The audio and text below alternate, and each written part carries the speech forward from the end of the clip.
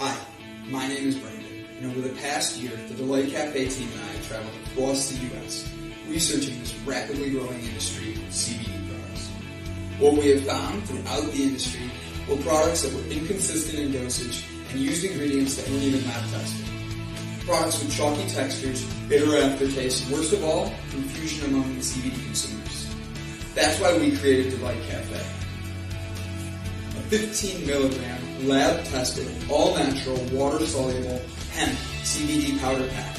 It's odorless, colorless, and tasteless. Add it to your favorite drink of choice, wherever, whenever, on the go. Quickly find your calm, your balance, your delight when you need it most.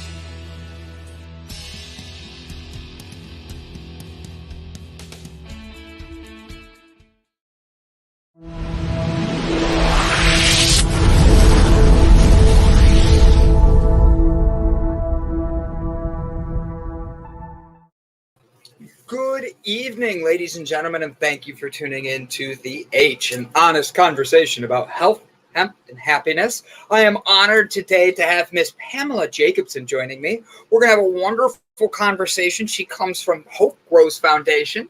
She is a wonderful human being. I've had some fun talking with her in the back. From moving across the country to follow her dreams to being able to uplift one another and find the best in what we're doing. Guys, it's my honor to introduce Miss Pamela Jacobsen. Pamela, Hello. there we go. Now you should. Hi, Pamela. How are you today? I'm great, Brandon. Thank you for having me on your show. Oh, thank you. We got she says good morning, Sherry McQueen. That's her part of the world where she's at. And then we have Brian Tracy already saying hi. People jumping in right away. So and there's Kevin. I knew he was going to come back. Good to see you, Kevin, buddy. So Pamela and I are both cannabis fun-loving people. But at the end of the day, we actually don't use it for just the entertainment, as some people would assume. We use it for medicine. And Pamela, can you give me a little bit about who you are and why you moved to Colorado to follow and get the best medicine you can get?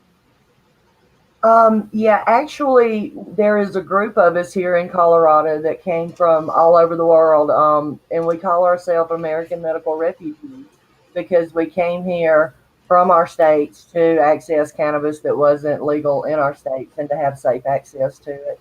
So, like I say, there's a group of us that came here. I came here 6 years ago with actually terminal cancer and was facing amputation of my right leg. And I met the Hope Grows Foundation and got in with them, and they donated medicine to me once I got to Colorado, because that was one thing that seemed to be another issue when I got to Colorado was the cost of the medicine, and then on top of that, finding the medicine. So that was two things that I realized right off when I got to Colorado. It's here, but finding it and having the money to purchase it once you find it.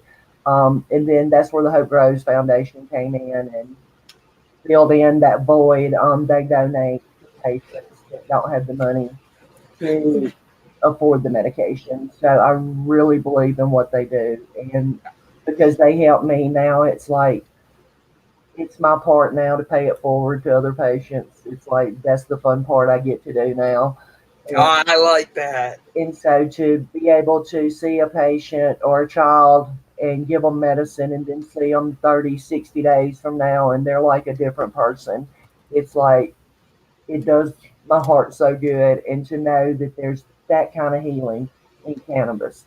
It's just now, can you elaborate on that, just for the fact that you went there because you wanted to get better cannabis? Now, that sounds weird to some people. Like, you lived, if you don't want me saying anything, let me know, but you were in Philadelphia and you moved to Colorado because you couldn't get the proper amount of marijuana that you were looking for cannabis.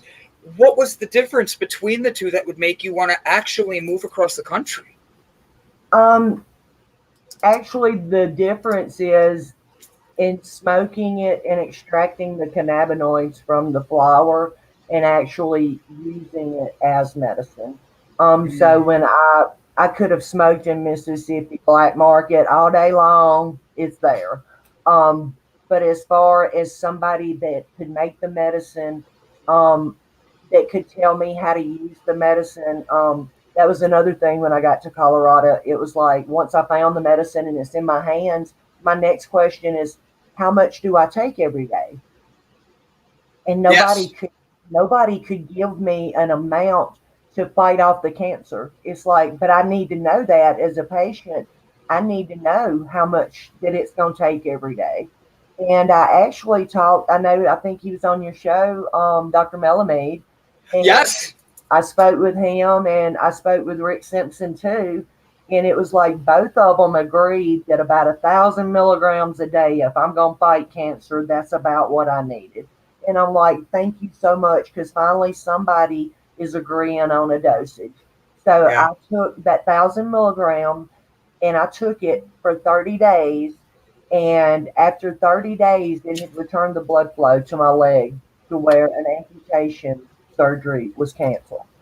And that's when I realized then. And even my doctors were like, what have you done different since we scheduled the surgery? Because they had seen the blood flow was returned. And I told my doctor, I said, I started a cannabis regimen. And she said, a what? And I said, a cannabis regimen. And she said, what is that? And I was like, I'm really not sure, but that's the only thing I've done different. And she was like, well, we need to know what it is. I've actually had 115 surgeries to date. So I want my doctors to know everything that goes into my system. So I actually took my medicine to her and I'm like, here it is, test it, see if there's Yeah. anything in it that, might interfere with anything that I'm taking. And so that's how my journey with cannabis started, like taking it to the doctors and seeing actual test results through my doctors. I have actually beat cancer twice through the university hospital using cannabis only.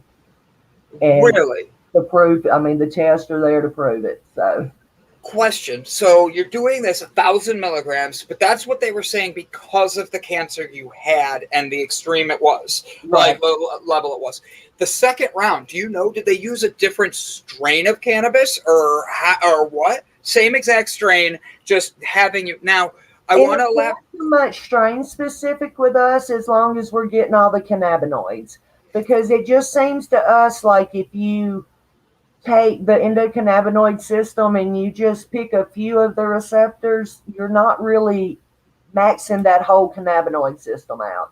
But when you use all of the cannabinoids, Yeah. it seems like it's taking care of things that are wrong. Like, I know he may shoot me for this, but my boss used to be overweight when I got here, and I weighed 99 pounds when I came to Colorado.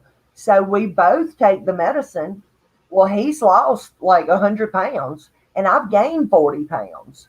So it seems to like fix whatever's wrong in our body, you know. Yeah.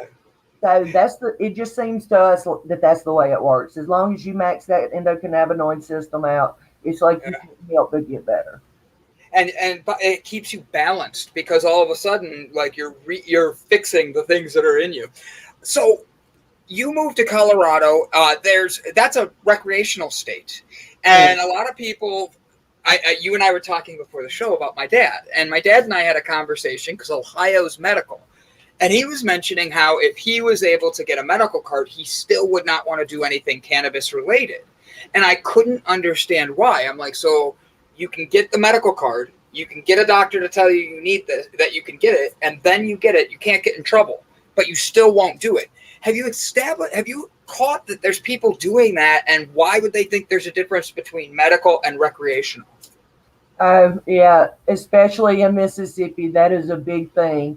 74% of the voters are for medical, but I bet you the 74% are not for recreational. They do look at it differently. If you've got a medical condition, they're a little more forgiving in the South. But this is the problem I have. I come from a family of Southern Baptists, so it's like I have heard it all. And um, my Bible states God made all plants and placed them upon this earth for us to heal and nurture our bodies. Yep. It didn't say that cannabis is bad, leave it out. Um, so I believe in that. And I believe that people that are against it like that, um, passing judgment on people, they call themselves good people, but people are dying why this mentality is going on, and Mhm. it's really sad. But yeah, I've had people from back in Mississippi judge me because I'm a cannabis user. Yeah, I'm like the bad seed. Um, Yeah. so, but it's keeping me alive. I also know of state senators that I went to school with in Mississippi. Love you guys. But they're not supportive of cannabis, but they see how I have thrived and nourished since I've got to Colorado. They saw how sick I was in Mississippi, and a lot of them didn't think I would ever make it out of the state. So, and now they see me and they follow me on Facebook. They know exactly what's going on. And some of them are slowly starting to come around, but I think there's those still that won't ever come around. It's going to be the devil's lettuce until the day they die. So, That's how. That's what I say. That's my favorite joke. I'm like, oh, because I was a former youth pastor, so I'm like, oh, the devil's lettuce got me. So I love that you use that. That makes me smile. Now, with that recreational, that means let's just have some fun with this. So medical, you're getting what you need and all that. But when you get to recreational, people think that's more, oh, it's the play stuff. You can walk in and just buy a joint and stuff like that. But it's not. It's still being able. You can do that, but that's like going to a liquor store and buying like Jack Daniels and stuff like that, and then you go home and drink it. Okay, the difference between the medical one on this is you were able to connect with doctors that wanted you to be able to get the proper amount of THC in your body and help you be able to get all the cannabinoids and all that. But like they're trying to cap THC now in Colorado. You and I were talking about this. HB 1370. Am I correcting that? Am I saying that correctly? And right. that's a law that they're going to be trying to put into place. Can you elaborate on that and what HB 1317 is and why this is not as fun as you would think and why you moved to Colorado? Right.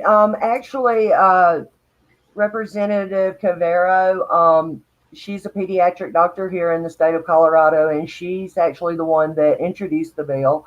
And it was because there was some parents here in the state of Colorado, their teenage son filmed himself doing a dab going down the road, and then he went and jumped off the RTD building and committed suicide.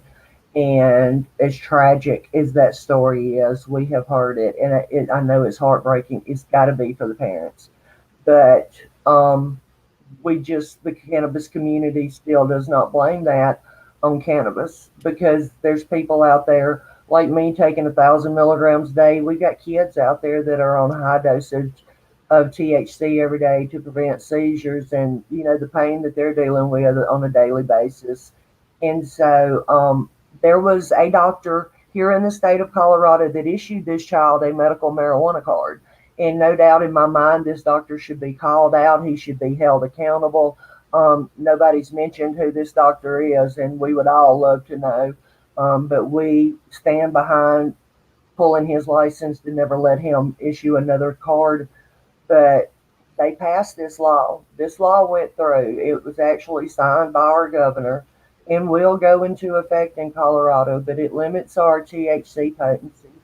And we've had medical doctors testify at the Capitol that they will not write medical cards under this new law because the new law is pretty much asking them to prescribe it. And we all know doctors cannot do that. And Right. so it's kind of tying the doctor's hands here, and it's fixing to do away with our medical program. And we are all worried. So many people are getting ready to leave Colorado because of this bill going into effect.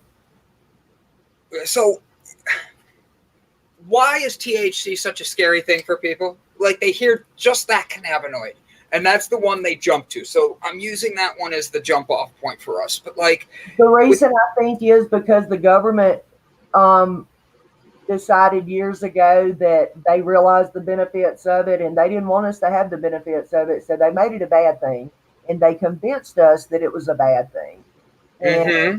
so now a lot of people are having a trouble accepting that it's not a bad thing. And I wish so many people knew about it's a Talk to the Hand campaign. It's 6630507. It's a patent that the U.S. government holds, and it's a medical patent on cannabis. And people should ask themselves, why does our government hold a medical patent on cannabis if there's no medical benefit to it? And it's time for them to stand up and hold them accountable. Either admit that it's got medical benefits to it or drop your patent. You can't have both. Right. But the government has both. And like half of the world is coming around to like, we're enlightened now and we're awake and we understand that. Look at how many people have suffered needlessly when this Yeah. has been available all this time. And, pharmaceutical companies are not going to be on board until they can get their piece of the pie. And they've already got their piece of the pie with Epidiolex. Um, so, but a couple of years ago, pharmaceutical company would have absolutely, they were dead against it. It's not going to happen.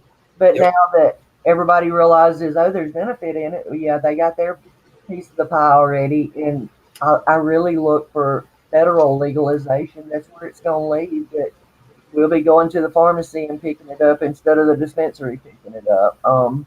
I That's where I see us going. And I think that should be the way it goes. And I mean that as in, like, look, there needs to be testing. There needs to be, like, laws in place. But you should be able to have a plant that can bring health benefits like this available readily for you. And And labs, you bring up the testing in the labs.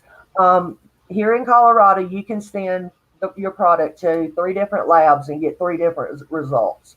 And I think the state ought to hold all labs to a certain level there where they all have to be testing about the same. You shouldn't send the same product to 3 different places and get 3 different results. It should be about the same coming back from each lab, but we have found that it's not necessarily like that. So, have you been seeing any of the research done on other plants? Like, so we have the cannabis plant, we have the hemp plant, the industrial hemp plant that we know we can use for paper and creating bricks and other things, like everything basically.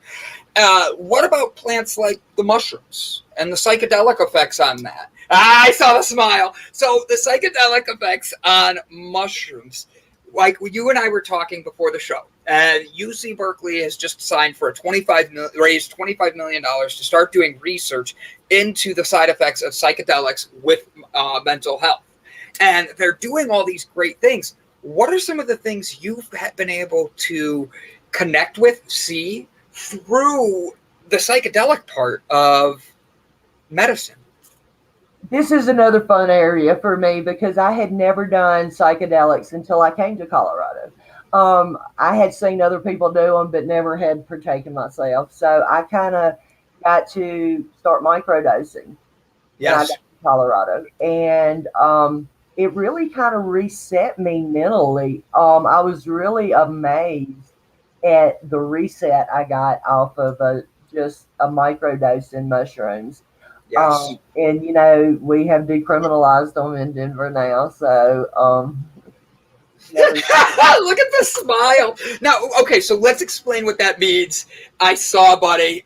Thank you guys. We hit 300 subscribers right before the show. Thank you guys so much. That's a great feeling.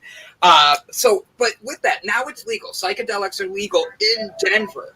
So, with that being said, is that something, so like people picture with cannabis, you could just walk in, buy a joint, walk out? Are people walking in, buying a mushroom, being like, bye? How's it going? What are you seeing that they're doing?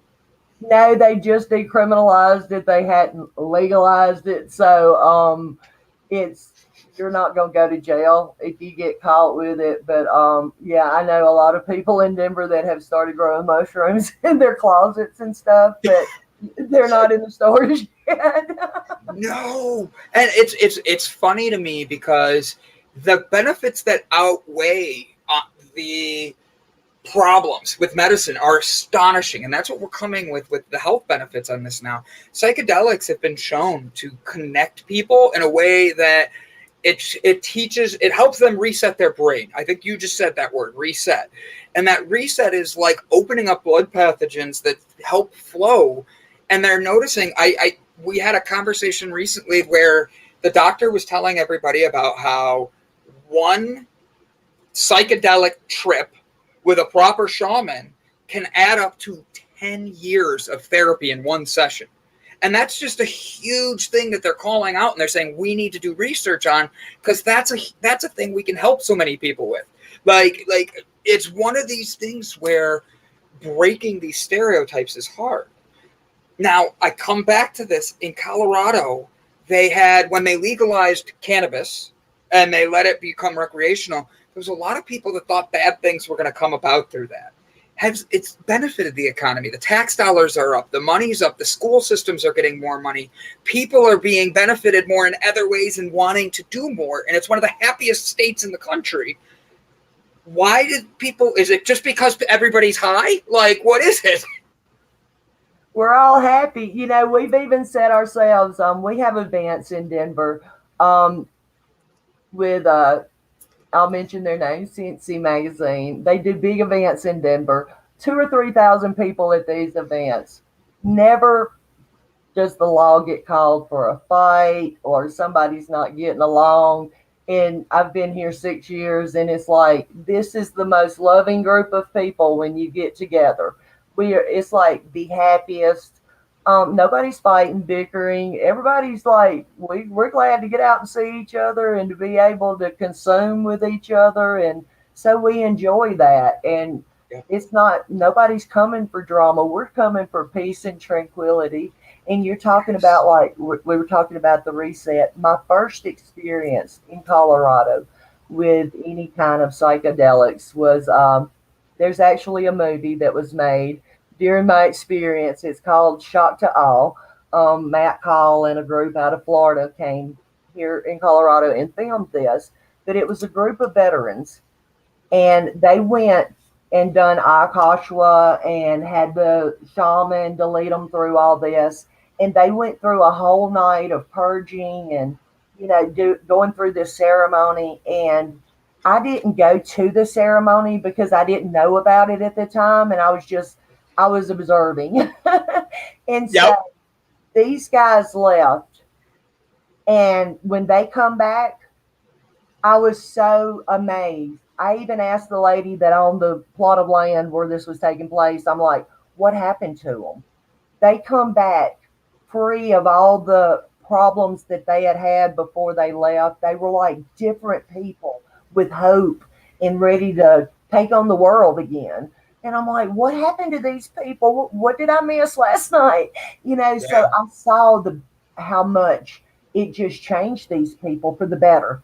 Nobody come back in an ill mood or bad. Everybody was just come back eager to tell the experience that they had just went through.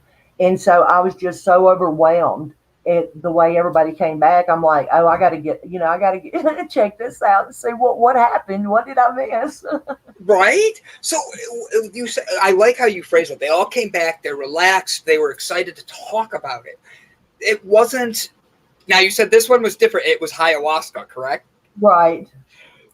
Now that's a totally different ballgame for people. But same type of mentality. It's the psychedelic that opens up the blood pathogens in the brain to help with this. And when you're not in the right mindset, now I want to make sure Pamela and I are stating this so nobody thinks we're saying just go take ayahuasca and run around your neighborhood. Don't do that. Or go take mushrooms, psilocybin, and go to a concert. Don't do that. Don't do that at all. Somebody there to guide you through those experiences. Don't never do those by yourself. Never, never, never. Thank you.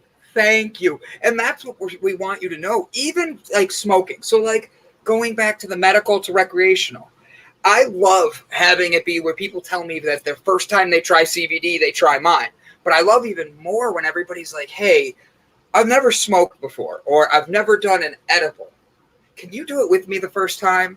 I love that. Do you know why? Because it opens up that conversation of why we're getting high. Like why certain people like me who are ADHD and bounce off the walls everywhere need cannabis and help us balance our lives out where everybody else is able to flow.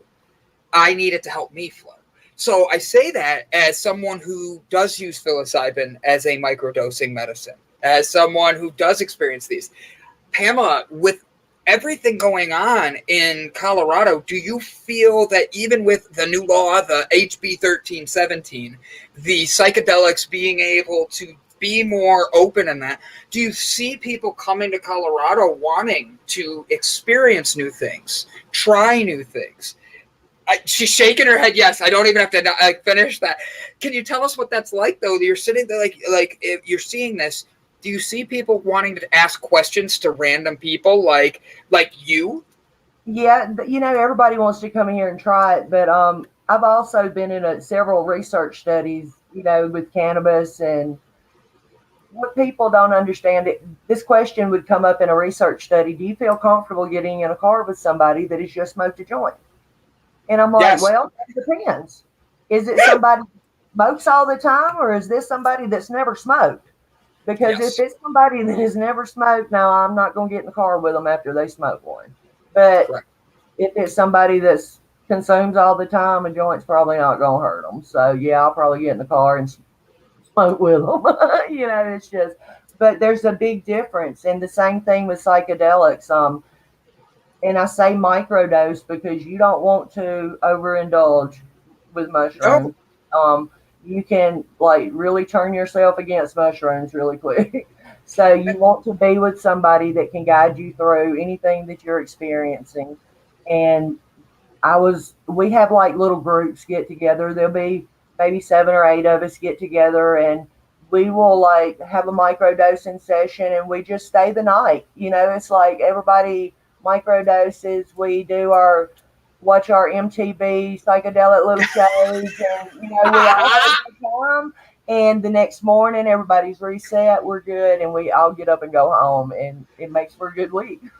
Can I ask you a question on that? Because I do this too, but I don't do it I'm in a state where it's not as common. So getting people to break their comfort barrier is a little different.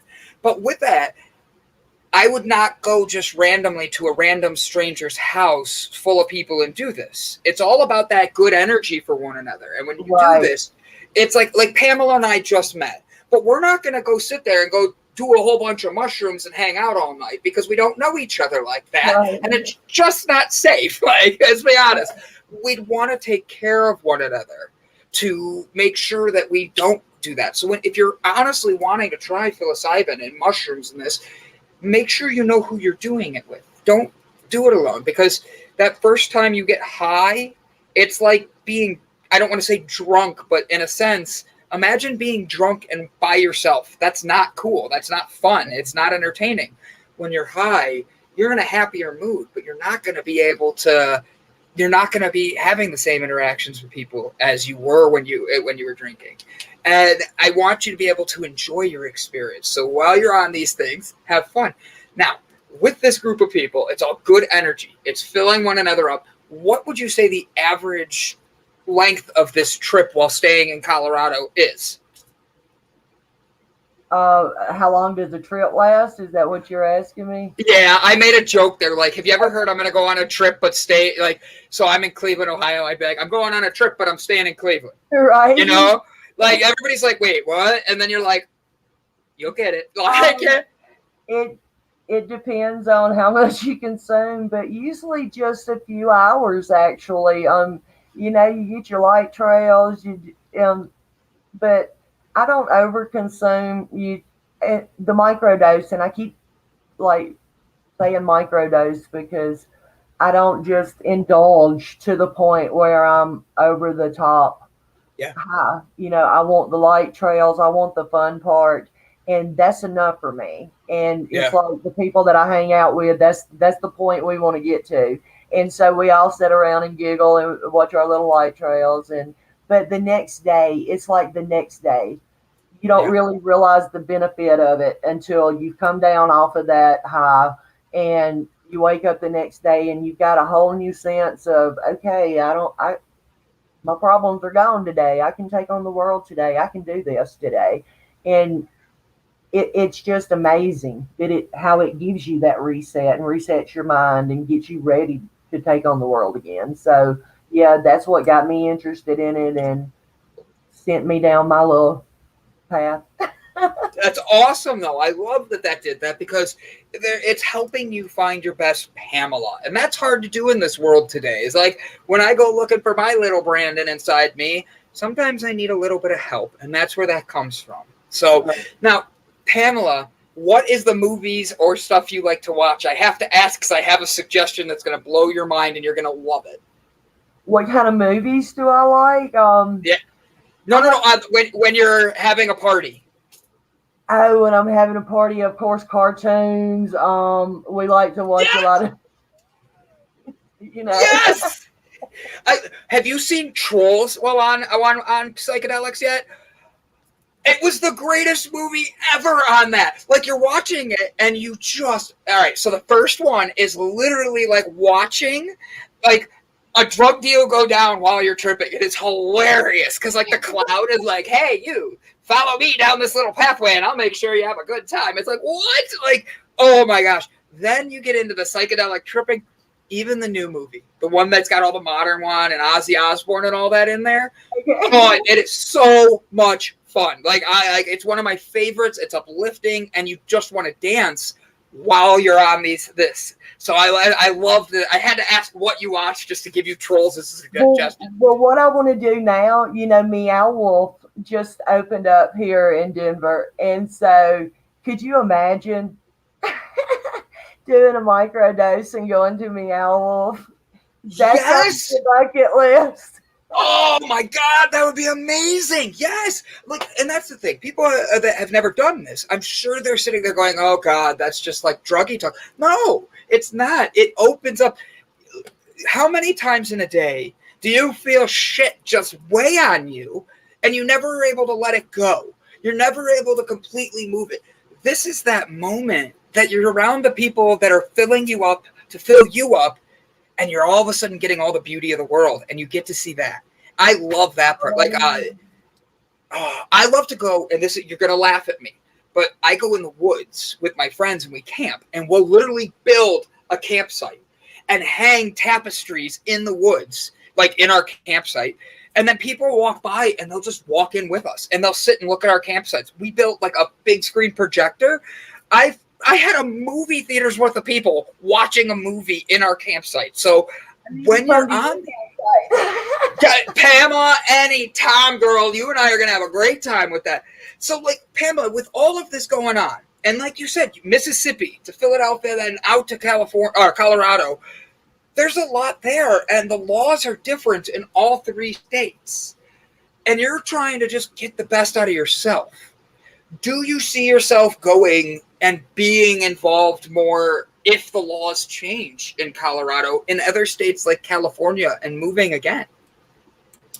Actually, I do. I've already considered it with this new law going into effect, and then we have another law coming that's fixing to be introduced to increase the sales tax on cannabis, and it's like they are just not going to leave the patients alone until they strip everything that we have. So, of course, when you're in a legal state, you're always looking for greener pastures, better laws that, of course, are going to help you. And as a patient, you have to be where those laws are helpful.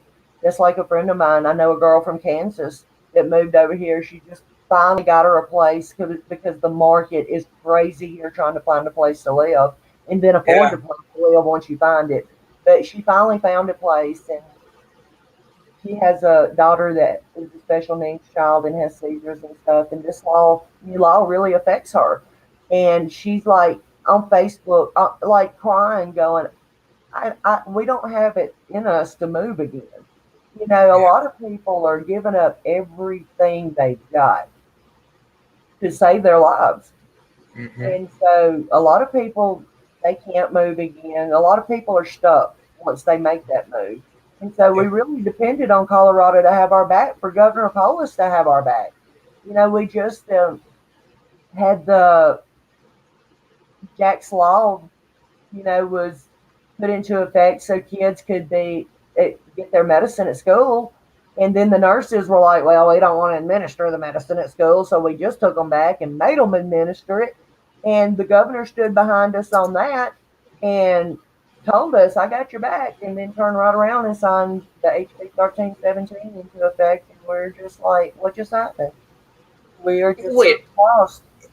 So you're telling me, and I'm asking this purely out of a dumbfounded mind, that if I have a kid and they have seizures, and the doctor is able to see that the medicine that they could be taking to the cannabis they could be taking, and that's going to be packaged correctly and everything from a dispensary that's medical, a nurse will not give it, but they give the other medicine that has higher addictive qualities and hasn't been working. Am I hearing that correctly? Yeah, they'll give them oxycodone from the pharmacy, but they won't give them RSO, a capsule of RSO in school. So, yeah, they were actually taken back to court this year, and we're told they have to administer it. It is the kids' medicines, because up until that law went into effect, the parents, if they administered it to their kids at school, they would have to leave work, leave home, go to the school, do it themselves. And that was the whole point of making the schools be accountable for it. And, it's like you got to push some people because they're not going to get on board regardless. So. And that's tough because it's people have the right to reject things and all that, and a school nurse has the right to say no. It's the science behind it that we're trying to have be brought out, and that seems to be a term that comes out a lot nowadays between everything going on in the economy and all that. The science behind everything, but 94% of all research for the cannabis industry is going into finding the negative effects to tell people. So why are we trying to find the negative effects instead of putting that millions and billions of dollars into finding the benefits? And then why can't we turn around and be able to imagine if you and I are growing two different strains and you have something that you could teach me, because when you grow a plant, you're taking the time to love on it, nurture it. And if you're not, it just dies. Well, when it's your medicine, you're going to love it. You're going to want to take care of it. People need to ask themselves about the money pit that's in Mississippi, because the university has been growing weed there for over 30 years and has been prescribing it to patients for over 30 years. Mississippi has the only research center in the United States that refuses to let anybody come in to research it. So I think people need to start pressuring the university in Mississippi. The 30 years you've been growing and you don't have any research studies to produce, you don't have anything. What are you actually doing there? Correct. So I think they need to either shut their little research facility down, or my thing was open it up and let other people come in and research it, because obviously Mississippi's not researching it. But yeah, they had 5 patients that they were prescribing marijuana to. It was like back in the 70s. I think this thing went into effect, and the state decided they were going to try it and treat patients with it. And I think there may be 1 or 2 left out of the 5 that were originally that still get it. And they get this tin. It's like a coffee can tin full of rolled up marijuana joints.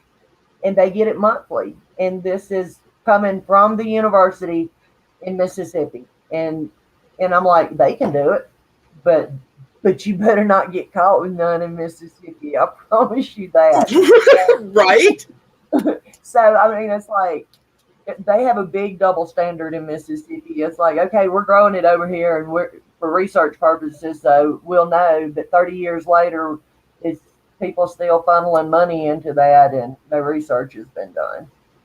So how can people actually, like you said, write the governor? But finding the governor is one thing. Writing the governor and getting their attention is one thing. How can we all sign up to be people that get the joints, so that way we're at least enjoying what they're doing? Just saying, like I'm not going to use my home address. I'll just say that. That way the police can't get me. But you know. But it's a double standard, and I'll say this, I'm not going to mention any names, but since I've been in Colorado, I've had highway patrol, I've had state representatives reach out to me hollering help. And you know what I say? I'd go to jail if I was still in Mississippi and was trying to get medicine. So you think that because I left Mississippi that I can get you medicine now? No. But it's like, they will, because they think if they're in power or something, they can. I know attorneys that have got it in Mississippi. And before I ever left Mississippi, and I actually met one of their contacts since I've been up here, and I'm like, oh, so you were supplying, and I'm like, But those people can do it and get away with it. But the poor people, the underdogs, they're not go, they're going to go to jail if they get caught with it. And so many people are serving time in Mississippi State penitentiaries right now on marijuana possession charges. Right. Did you hear about Chicago, Illinois? Illinois, when they legalized it and made it recreational, they had to release over 1 million inmates in the federal penitentiary system in the state of Illinois alone because of wrongful marijuana arrests. That's one state. Could you imagine what would happen if the entire United States did that? And I'm not saying that's what we need to do is just release everybody, because that's going to create a whole nother set of problems. Right. Like, let's be honest. But how about we actually work with it? How do we work with these systems? Like, if people are already growing it and they had houses and they were doing this illegally for years, and being able to know how to run it and grow it and get the different things that make it bigger and stronger for what they were looking for, why aren't we giving them jobs? Why aren't we turning around and having them be the ones that teach our farmers the benefit of it? Because they're not going to steal it. They're going to want it to be there because the people that are growing it want to help people. The people that are growing it, don't get me wrong, there's money behind that too, but it's not their first priority. 9 out of 10 of these guys who are growers that went to jail, they had other things they were making money on too. And it's one of these things where they need to be able to separate ourselves and get the benefits and let the people that know what they're doing actually do what they're fucking best at. Excuse my language. But that's exactly my opinion on that, is they need to be able to use people for the best of our abilities, and we'll get the best out of our country. And that's just my personal belief. So with Mississippi, people being arrested, having these things happen like this, what a double standard. The college is literally growing, not letting no studies to be able to prove what they're doing or why they're doing it. And then they're arresting other people and putting them in jail for less than the college just gave somebody as a donor, you know? Like, with that being said, Pamela, how do we keep the conversation of people wanting to help one another? How do we make that connection and build it up into that future of cannabis people and having us all be united? Well, I can't imagine sitting in jail knowing that I was sitting in there for growing a plant, and Mr. Joe Blow over here has got $1 million in his bank account, and now he's padding his bank account even more because he decided to grow. And yeah, I just can't imagine being that person sitting in jail now that it's legal in most of the states. But I agree, they should bring those people out, and they should be the lead growers, because they're the ones that started it from the get-go. They're the ones that's kept it alive all these years. They're your true OGs. They were fighting it before it was ever legal in any state. They were doing it under the radar for years before anybody ever mentioned legalization. So, yeah, those are the ones. Those are the real OGs of this. 100% yes. Thank you for saying that. The OGs, that original gangsters right there. I love it, Pamela. So, Pamela, with states changing state to state, so like California, legal, Oregon, legal, Washington, legal, Nevada, legal, Colorado, legal, but then we start working our way into the Bible states, and we go like Kansas. Kansas is medical. Michigan's legal, but Indiana is just legalized medical. So why are states so different on all these different regulations? I don't know. I said this is the only thing that I ever remember in history that, usually when the scales tip so far, it happens. And this has been one of those things, the scales just like barely moving, and we're slowly getting there, but it hasn't been that everybody on board at one time. And I do believe people are still going by what our government told us is bad for us. We don't need to have that. And then a lot of people are being drug tested at their jobs. So I know a lot of people that don't consume just because they don't want to lose their job, not because they don't want to consume. So let me. Sorry, go ahead. I interrupted you. I'm so sorry. No, all I was going to say is, so what you're saying is I could show up drunk and nothing's going to happen, maybe a write-up, but if I get high, they're going to fire me, even though I can do my job while high. Most of the time. Most of the time.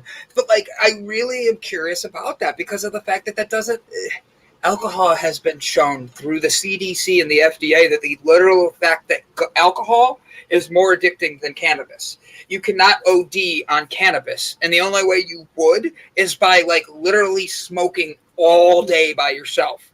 And I mean all day nonstop. There's no proof of these things, but yet with alcohol, we're allowed to just let it free. With opiates, we're allowed to have our school nurses give it to them, but they can't hand them a cannabis shot that would help the kid keep themselves through the best of their day. Another thing, you can't get pain medication if you're a cannabis user. But check this out, in the state of Colorado, do you know your doctor can consume and prescribe to you because he's licensed in the state of Colorado and it's legal in the state of Colorado?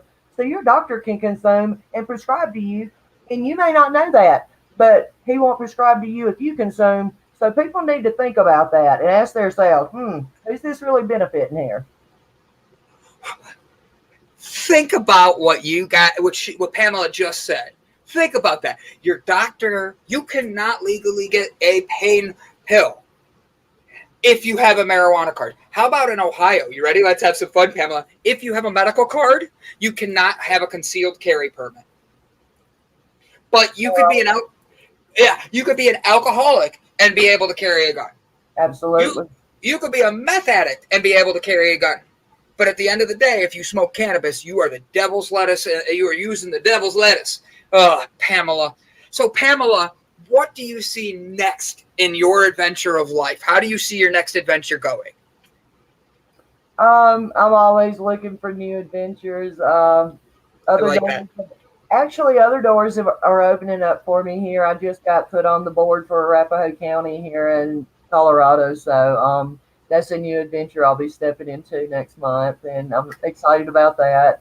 Congrats! But, it just seems like I have been truly blessed to be in Colorado. Things just happen, and it's like I never dreamed I would be doing movies. Some of the things that I have done since I've been here, and I just wish I could have come when I was healthy and really had it in me.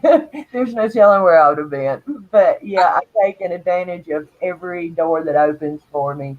And I feel like when one door closes, another one opens, and it has. And I'm loving living in Colorado right now. I am concerned about the new laws coming into effect. And if it gets to where it affects my health, then absolutely moving is an option that I will consider to take care of myself, because I come first. Yes. Say that again. So everybody says it to themselves. I come first. Everybody comes first. Yep. Make sure you say that about yourself, guys. I come first. Kevin, it's so good to see you. Kevin gets so excited when we're on here.